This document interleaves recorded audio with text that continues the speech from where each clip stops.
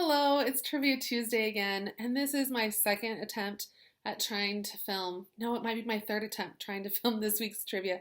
First, I tried to film, and I had roofers on my roof that were making such a racket, I couldn't use anything that I recorded. Like that. Or that one. Anyway, the second time I started giving clues for one of the questions and I blurted out the answer in my clue. It's not a great clue when you give away the answer. So we're going to try the third time to get this right and hopefully it works. It's our first week back with official learning activities. While this week is supplemental, it feels a little bit more normal to kind of be in communication with you guys and to be sending you activities and assignments. But right now, let's just get to the trivia. So first question, I want to know, what was banned in Bermuda until 1946? Definitely not Bermuda shorts. Let me give you some hints. It's a thing, not an action. So they're not banning like swimming or panhandling. They're banning a thing. And if you need more hints, yeah, it's bigger than a bread box. Any guesses? I guess I gotta get a little more specific with this, don't I? So this next clue is really gonna blow it wide open. It's a very specific clue. So if you wanna keep guessing without clues, you wanna pause it right here. The big clue is that this is a form of transportation. It's not an airplane, not trains, not boats. You ready? The thing that was banned in Bermuda until 1946 was cars. Crazy, right? Even now, cars are restricted. So you can't rent a car in Bermuda, and even residents themselves can only own one car per household. So if you end up moving to Bermuda, you might not be able to take your car with you. Better off just buying a bike. All right, next question.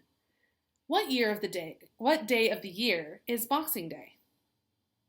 It doesn't have anything to do with the sport of boxing. It's not like it's Evander Holyfield's birthday or something. Do you need a hint? We don't observe this holiday. We don't observe Boxing Day in the US, but countries like the UK and Canada celebrate Boxing Day, the day after a holiday we do all observe. In fact, the holiday is really quite famous. You all know this holiday, even if you aren't religious and don't celebrate the religious aspects of it. Does that help you out at all? So Boxing Day is the day after this major holiday. What day is Boxing Day? You can keep guessing, but the answer is December 26th is the day that Boxing Day is traditionally observed. Would you like to know why it's called Boxing Day? Well, I'm going to tell you. It stems from an old tradition where wealthy landowners that had a lot of servants would give their servants the day after Christmas off to go see their families and celebrate the holiday themselves. And often they would give their servants a Christmas box with gifts or treats or money or other food or different items as kind of a thank you for working at our house on Christmas. Nowadays, the countries that observe Boxing Day, it has kind of turned into a shopping day for most of those countries. So, yay, shopping! Are you ready for the next question? I think this one's a little bit easier than the first two, although the last one wasn't bad. This next question is, what instrument gets its name from the Italian word for soft? We're talking about the meaning of the word soft as in quiet, not soft as in like how it feels. So what instrument might be considered to be soft or quiet?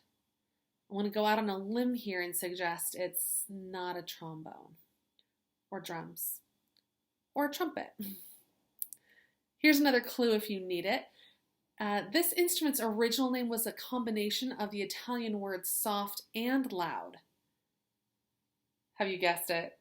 If you haven't guessed it yet, the instrument whose name means soft in Italian is piano. It used to be called the pianoforte or the soft loud for its potential to vary in volume.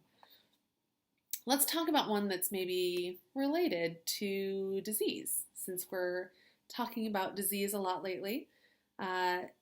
There's a well-known disease that can also go by the name of variola, but what is the common name of that disease?